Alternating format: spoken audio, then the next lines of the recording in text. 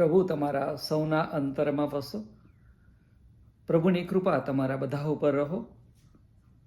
મારા પ્રભુએ સોંપેલી સેવા ભાગ 16 હું આપ સર્વની આગળ રજૂ કરતા ખૂબ આનંદની લાગણી અનુભવું છું.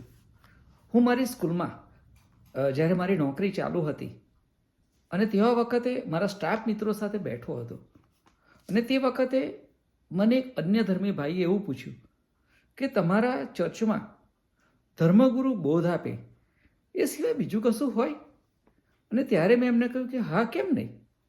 અમારા ચર્ચમાં તો સૌપ્રથમ ઈશ્વરની સ્તુતિ અને આરાધનાના ગીતો ગાવામાં આવે, ત્યાર પછી અમારા ધર્મગુરુ પાપ કબૂલાતની પ્રાર્થના કરાવે, ત્યાર પછી મંડળીમાં જો કોઈ માંદું હોય કે હોસ્પિટલમાં દાખલ હોય તો તે જણાવે, તેમના માટે પણ પ્રાર્થના કરવામાં આવે, અને જો કોઈનું મરણ થયું હોય તો એ પણ જણાવવામાં આવે.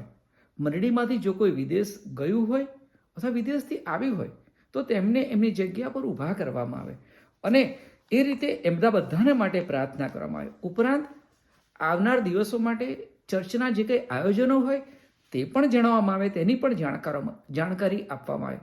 ત્યાર પછી ચર્ચ પૂરું થાય એટલે અમારા ધર્મગુરુને બધા મળીને જાય અને ત્યાર પછી પરસ્પર અમે પણ એકબીજાને મળીને છૂટા પડીએ. તો તે ભાઈએ કહ્યું કે આ તો બહુ સરસ કહેવાય કે છે, અને ખરેખર આપણને એકબીજાનું મળવાનું થાય, એકબીજાની સાથે સંગત થાય કે છે, અને આપણે એકબીજાને મળવાથી જો આનંદ થાય તો ખરેખર દરેક ખ્રિસ્તીએ એ નિયમિત ચર્ચમાં જવું જ જોઈએ. એનાથી તો કેટલો બધો ફાયદો થાય આપણને ખરેખર. ત્યારે મને પવિત્ર બાઇબલમાં લખેલી વાત યાદ આવી, જે હેબ્રીના પત્ર તેના 10મા અધ્યાયને 25મી કલમમાં એમ લખાવ્યું છે કે તમારે એકટા મળવાનું પડતું મૂકવું ના જોઈએ. ખરેખર ઈશ્વરે આપણ બધાને આ સેવા સોંપી છે કે આપણે બધા એ એકટા મળવાનું પડતું ના મૂકીએ. અને ખરેખર પ્રભુ મંદિરમાં જવાથી આપણું મન પ્રફુલ્લિત થાય છે. જે સ્તોત્રો ગાવાથી આપણને હિંમત અને દિલાસો મળે છે અને આશ્વાસન પણ મળે છે. અને ખરેખર મને બહુ આનંદ થાય છે કે પ્રભુ મંદિરમાં આપણને એકબીજાની સંગત થાય છે, મુલાકાત થાય છે. અને મને એવું પણ યાદ છે કે ઘણા બધા વૃદ્ધ અને અશક્ત ભાઈ બહેનો એ રિક્ષામાં બેસીને પણ ચર્ચમાં આવવાનું પસંદ કરે છે. ખરેખર તે ભાઈ બહેનો અભિનંદનને પાત્ર છે. અને મારા મા ઇન્ડિયામાં છે, એ આજે 95 વર્ષની ઉંમરે પણ એ ચર્ચમાં નિયમિત આવવાનું પસંદ કરે છે.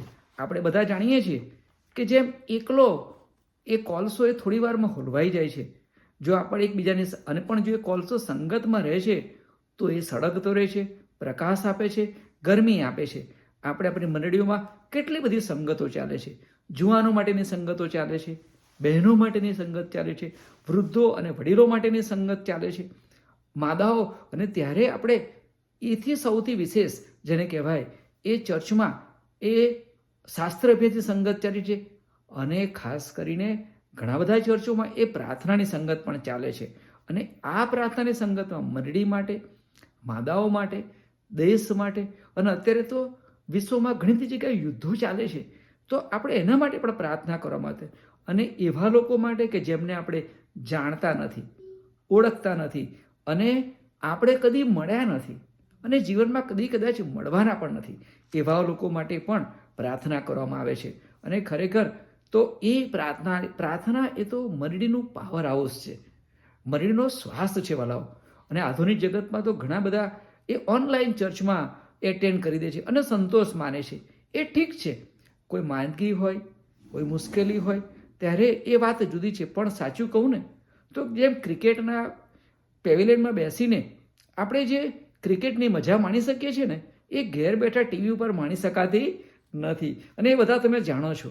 જો તમારે પ્રભુમાં જીવંત રહેવું છે તો અને સંગતમાં રહેવું પડે.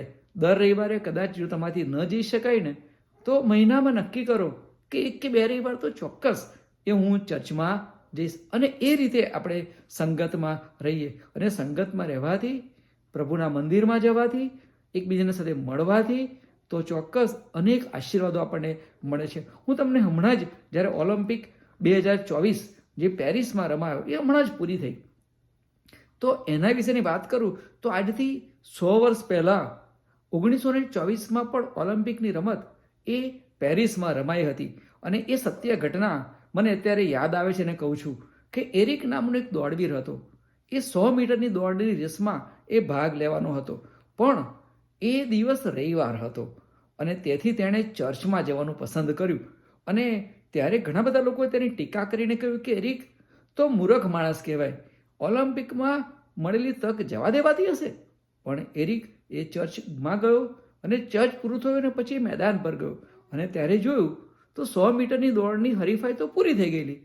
એટલે એણે કહ્યું કે મને 400 મીટરની રમતમાં દોડવા માટે તક આપવામાં આવે. અને બધાએ કહ્યું કે ભાઈ એ તારું કામ નહીં, તું 400 મીટરની દોડમાં દોડી શકીશ નહીં એટલું બધું. પણ તેને તક આપવામાં આવી અને વહાલાઓ તમે નહીં માનો કે એ 400 મીટરની દોડમાં 1924ની સાલમાં પેરિસમાં રમાયેલા ઓલિમ્પિકની રમતમાં એ એરિકને એ ગોલ્ડ મેડલ મેળવ્યો. અને ત્યારે ખરેખર જે અશક્ય બાબત હતી એ પણ શક્ય બની. કારણ શું? એણે પ્રભુની સંગત લીધેલી. ચર્ચમાં ગયો હતો એ દિવસે પણ એ પ્રભુને પ્રાધાન્ય એણે આપ્યું, પ્રભુને પહેલી તક આપી અને માટે એના જીવનમાં થઈ શક્યું. અને પ્રભુની સંગતિ આશીર્વાદો મળે છે. અને સાચી વાત છે ને, જે પેલું ગીત આપણે ગઈએ છીએ, તમ સંગતમાં સુખ અપાર, પ્રભુજી તમને જય જયકાર. જો તમે આશીર્વાદ મેળવવા માંગો છો તો તમે નક્કી કરો કે હું ને મારું કુટુંબ એ નિયમિત દર રવિવારે ચર્ચમાં જઈશું, ચર્ચની સંગતોમાં ભાગ લઈશું. પ્રભુ આપ સર્વને આ પ્રમાણે કરવાને માટે તેની કૃપા અને સહાય પૂરી પાડો. ફરી આવતા શુક્રવારે આપણે બધા મળીશું. ત્યાં સુધી મારો વાલો ઈસુ તમારી બધાની સંભાળ રાખો. આમીન.